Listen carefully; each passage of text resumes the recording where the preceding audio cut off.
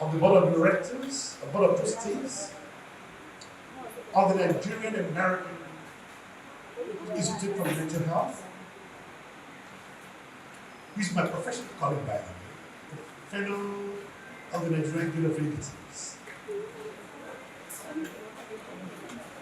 His Royal Highness, Igwe Ambassador Lawrence Agubozo. Bishop Godfrey Okoye, I come from Miguel in Anambra State, and remains one of the two most successful parish priests we have had in my hometown. The Honorable Commissioner for Health, somebody I met for the very first time a couple of minutes ago, and I'm quite impressed with the professorial delivery of his speech. The priests and religious and the other people. Professor Brat and I would have liked to be here, but he lives in Lagos. I had to come this morning to represent him. Principally because of his relationship with Mrs. Kate Ezofo, who I see as an excellent Christian. In December, I was here, and I was so carried away by the commitment to the common good. Kate Ezofo and the wife, the husband, have been known to me since 1983 when I was in Enugu. I'll make a very brief remark. The initial issues I wanted to point out have been discussed by the other speakers. But I just would like to emphasize two critical issues. One is the enormity of work facing principle of the NDLEA, as well as the Nigerian Police Force and other security agencies. There is a paralyzing phenomenon of drug consumption all over Nigeria.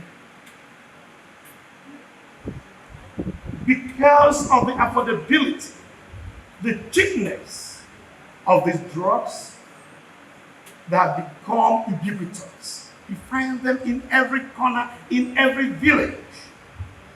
Whether marijuana or the type they call Mili, and a lot of people are actually becoming lunatics, including my own relatives.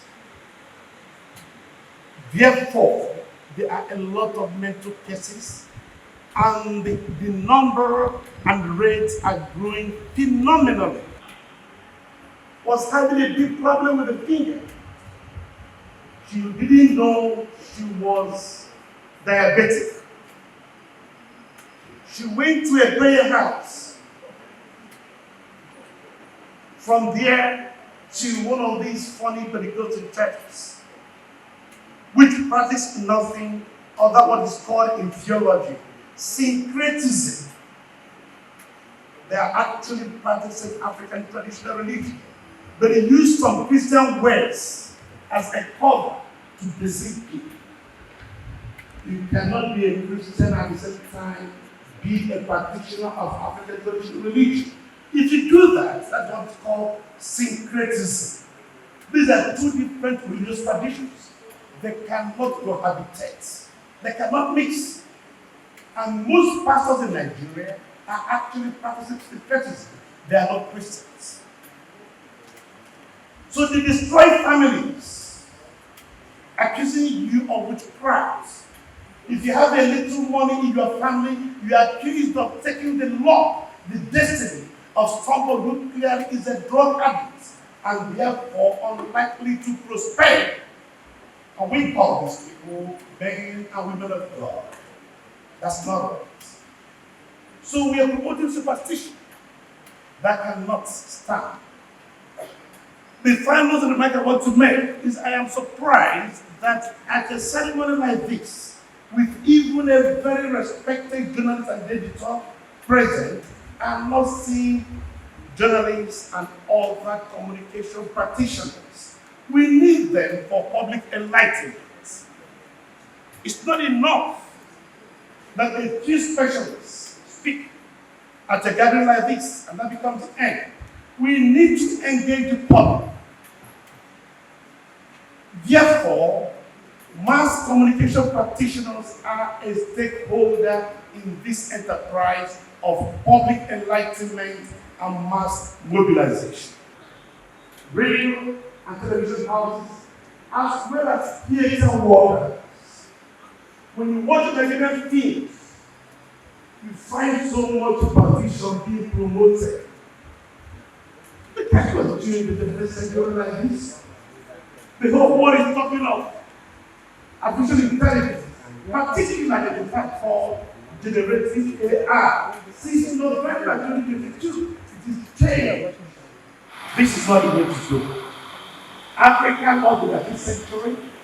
Africa lost the 20th century. Africa should not lose the 21st century. We cannot. We are far ahead of Singapore, far ahead of South Korea, far ahead of Vietnam, far ahead of even India. Today, see where they are. We are actually regressing, partly because of the promotion of superstition.